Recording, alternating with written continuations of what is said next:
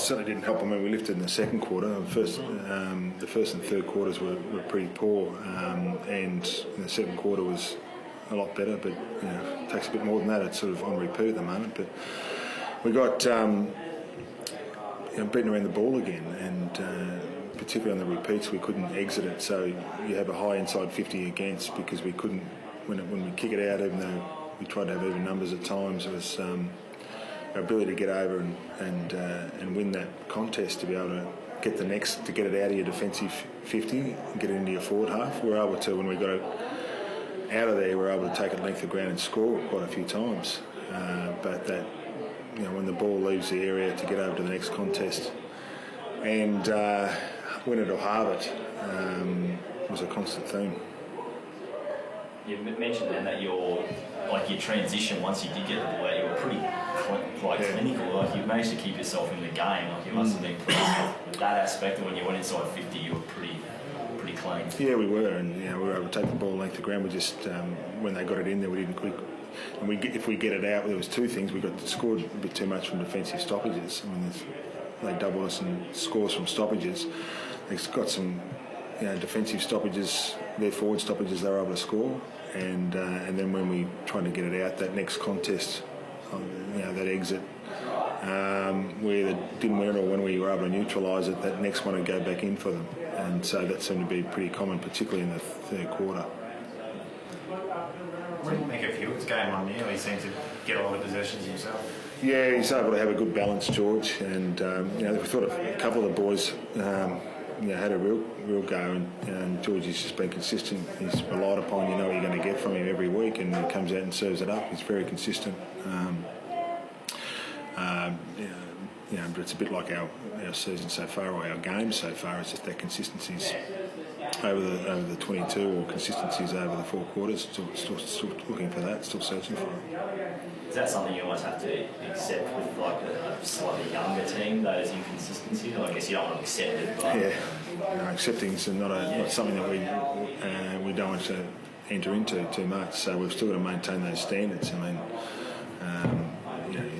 those are you just got to identify what it is and go to work on it and try and fix it. It's been consistent. The ground ball through the mid, but this one was a lot about the longer ball exits and just trying to get over there and compete on those terms and get the ball going our way. Because once we did do that, once we got it out, we were able to transfer it. We were able to transfer it quite fluently. Just that battle part of the game over there in the contest has been inconsistent for us. So it's just a matter of those guys improving, lifting the ones you've got, or is there anything? Well, we look at the personnel. We'll keep looking at the personnel.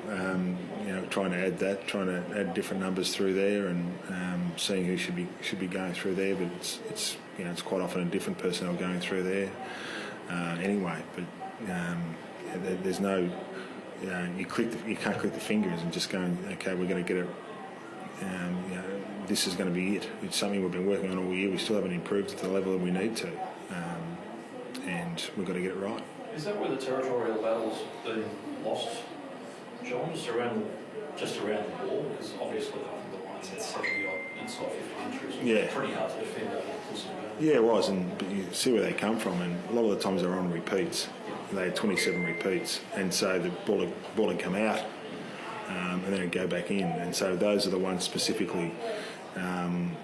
Those are the areas of the contest areas that we weren't great at, and so when you have that amount of repeats against you, it is hard to defend, and we've got to be more efficient and effective at getting it out of there.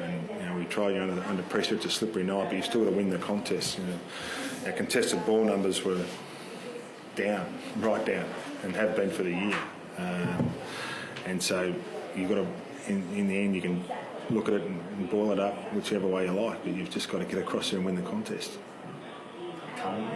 It's a groin adductor, so he'll get scans from the week. Looks like a bad one. Unfortunately, he's been one of our most consistent players, if not our most consistent player so far this year. So, it's unfortunate to lose him. He's been terrific for us. But we'll see how his scans are during the week, but it doesn't look good at the moment. How on Papley's ribs. He took a nasty hit from Yeah. Foster. A very brave effort for him to get Oh, out it's- kick another one. Yeah, it was an incredible effort. I mean, he just keeps having a go, perhaps. You know, he just keeps having a real crack. And, you know, that effort going back in front of a big bloke coming out was just huge. Absolutely huge. And it saved us a goal. And that's the sort of standard that's required over a consistent four-quarter performance. You know, that to do that and then get up and still kick a goal afterwards was really gutsy. So there's a couple of things we've got to look at that were really good, but there's still a fair bit to work on. Were you surprised he came back on? Because he could hardly stand up. Yeah, I was. For a couple of minutes. Yeah, he's a tough plumber from Bunyip, so he got himself up and going. I was surprised he could come back on, but it was a gutsy effort for him to do it.